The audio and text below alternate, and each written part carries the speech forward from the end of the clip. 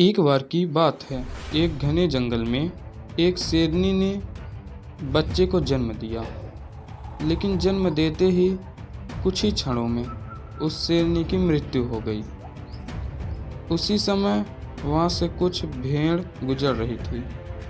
उन्होंने उस नवजात शेर के बच्चे को देखा। वह बहुत छोटा था, अकेला था और माँ के बिना असहाय पड़ा था। तो भेड़ों ने दया दिखाते हुए उसे अपने साथ ले लिया। समय बीतता गया।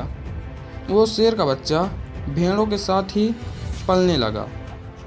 वो उनके साथ खेलता, घास खाता और उन्हीं की तरह में करता। उसे बिल्कुल भी नहीं पता था कि वो असल में एक शेर है, क्योंकि उसके आसपास के सब लोग भेड़ थे। धीरे धीरे वो शेर बड़ा हुआ, लेकिन उसका स्वभाव अब भी एक भेड़ जैसा था। उसने कभी मांस नहीं खाया, कभी दहाड़ा नहीं, और उसे यह तक नहीं पता था कि असल में शेर कैसा रहता है। एक दिन की बात है, वो शेर भेड़ों के झुंड के साथ चल रहा था। तभी अचानक एक बूढ़ा असली शेर आया। उस बूढ़े शेर ने झुंड पर हमला कर दिया। सारी भेड़ें दौड़कर भागने लगी और उसके साथ वही शेर जैसे भेड़ भी भागने लगा। बूढ़े शेर ने यह देखकर हैरानी से उस युवा शेर को पकड़ लिया। वो समझ नहीं पा रहा था कि यह शेर भेड़ों की तरह क्यों भाग रहा है। युवा शेर कांपते हुए बोला, मुझे छोड़ दो, मैं एक साधारण भेड़ हूँ, मुझे मारो मत। बूढ़ा शेर हंस पड़ा।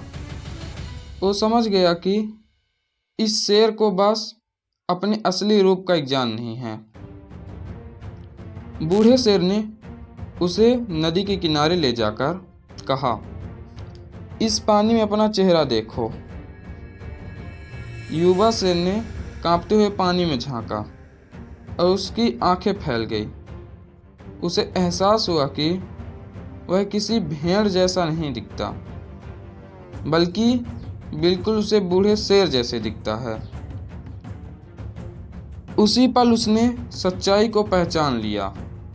उसने पहली बार जोर से दहाड़ मारी, इतनी जोर दहाड़ मारी कि जंगल गूंज उठा।